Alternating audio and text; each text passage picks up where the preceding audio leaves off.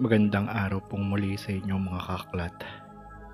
Sa pagpapatuloy po ng ating kwento, pakinggan po natin ang ikatlong yugto ng kaibigang duwende ni Tatay Cardo. Umpisa na po natin. Pumalakpak habang papalapit kay Tatay Cardo ang lalaki. Nanlaki ang mga mata ni Ama nang makita niya ang lalaki naghahamon sa kanya na walang iba kundi si Don Arthur. Magaling. Gusto kong ilaban mo ang manok mo sa aking manok. Hindi pa ito natatalo.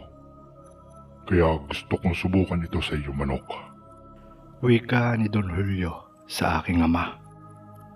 Tinatanggap ko ang hamon mo, Don Arthur. Ngunit hindi pa sa ngayon. Magtakda ka ng araw at ako'y darating. Wika ni Tatay Cardo kay Don Arthur. Nagmamadali kaming umalis sa sabungan. At nang kami ay makarating sa aming kubo, ay matamlay na upo itong si Tatay Cardo. Naalala niya ang lupang nasa kamay ni Don Arthur. Alam kong gustong mabawi ni Tatay Cardo ang lupang iyon noon pa man. Kaya't inipon niya lahat ang perang na panalunan niya sa sabong.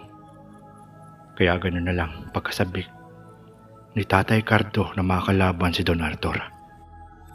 Balisa palagi ang aking ama at lagi niyang tinitingnan ang kanyang talisayang manok.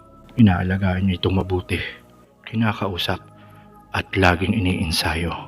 At palagi din sila magkasama ng kaibigan niyang duwende. Samantala, napapansin ko na parang nawawala ng panahon sa akin si Tatay Cardo. Minsan na lang niya ako kinakausap. Gusto ko magreklamo, ngunit nanaig ang pagmamahal ko sa aking ama at kailangan ko siyang intindihin. Alam kong gusto niyang maibalik ang nawala sa amin. Nag-aalala lang na ako, kaklat, dahil ilang araw ko nang nakikitang hindi nagpapahinga si Tatay Cardo, nakakatupag sa kanyang talisayang manok.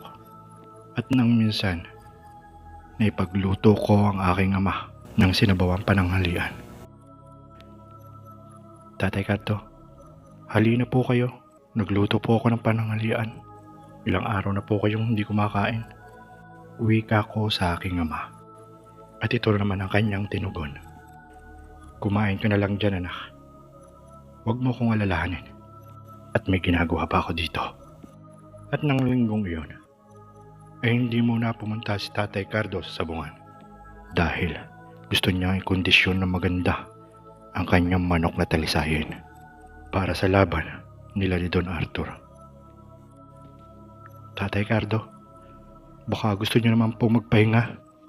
Wika ko sa aking ama. At ito ang kanyang tugon. Mamaya na, anak. Kailangan ko lang bantayan at alagaan ang ating talisayang manok. At baka nakawin pa ito. Baka po kung anong mangyari sa inyo. Kahapon pa kayong walang kain at hindi na nagpapahinga. Kinakabahan ako sa magiging laban namin ni Don Arthur, anak. Alam mo naman na mahirap kalabanin yun. Kilala din noon ang kanilang pamilya. Siya nagmamay-ari ng mga pertudes. Kaya malakas ang kapit ng swerte sa kanila. Natatalo ako na baka matalo ang ating manok, anak. Malakas ang kapangyarihan ng kaibigan kong duwende, anak. Ngunit baka mas malakas ang hawak na bertud ng makakalaban ng manok natin. Muling tugon sa akin ng aking ama.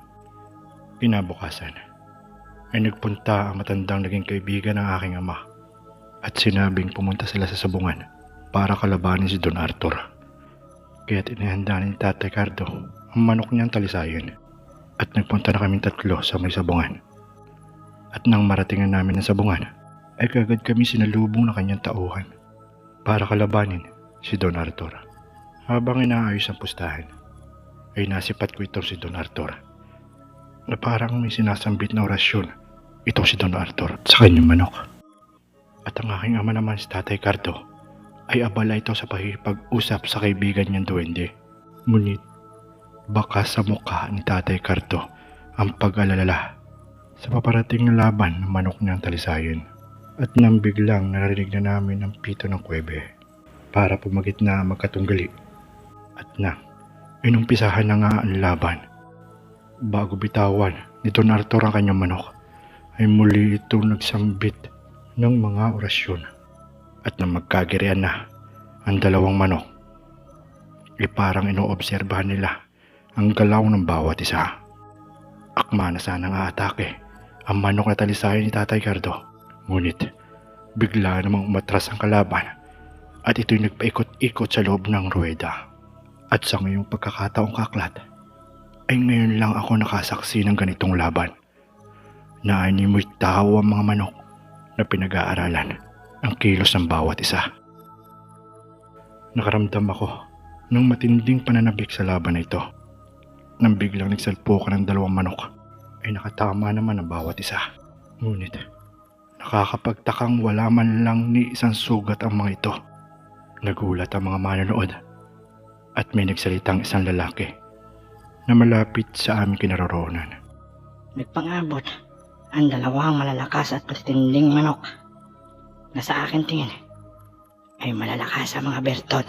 Hindi na sayang ang pagpunta ko dito sa sabungan.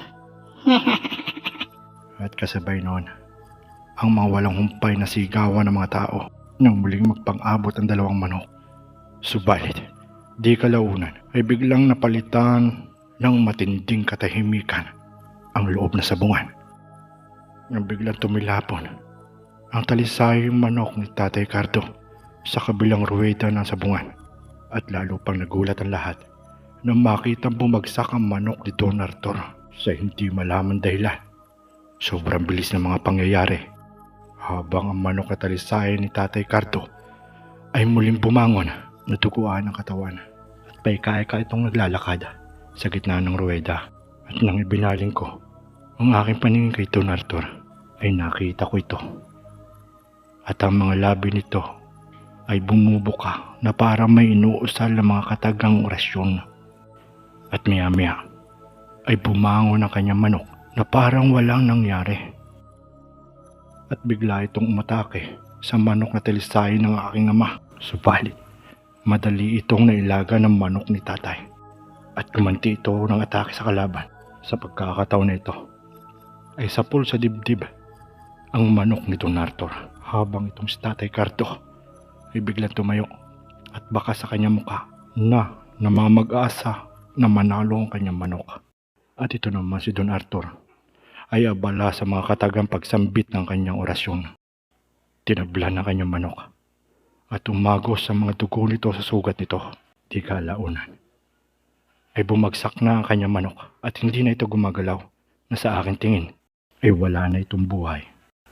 Napatayo itong si Don Arthur at napamura sa sobrang galit dahil sa sinapit na kanyang manok.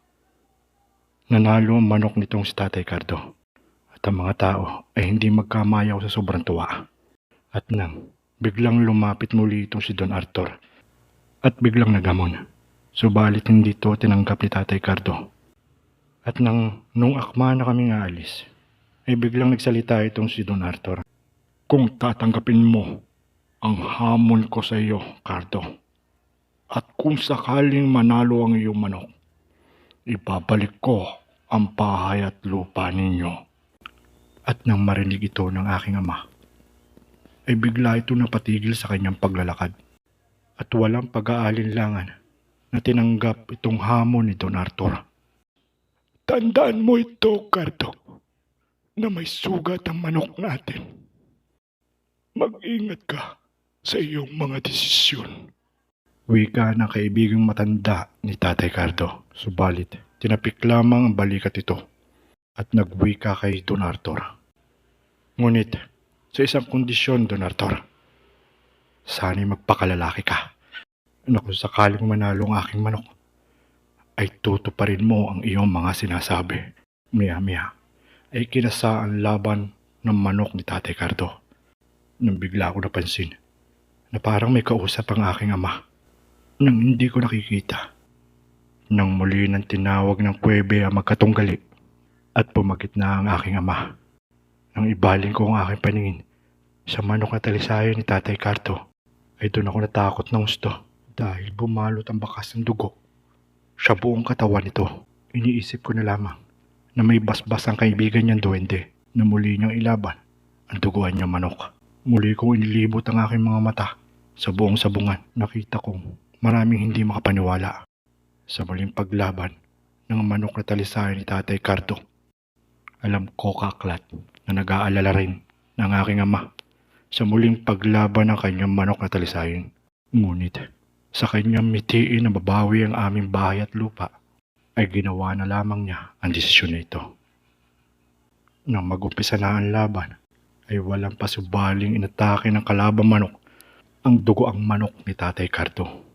Makilang beses na tinamaan ito at natumba sa sahig. Tadtad ng tama ang manok ni Tatay Cardo. Nakita kong napaluha ang aking ama habang nawawala na ng pag-asa na manalo ang kanyang talisayang manok. Habang itong si Don Arthur ay abot tenga ang kanyang tawa at nang biglang nawala sa aking paningin ang kaibigang matanda ni Tatay Cardo at hindi ko na ito makita.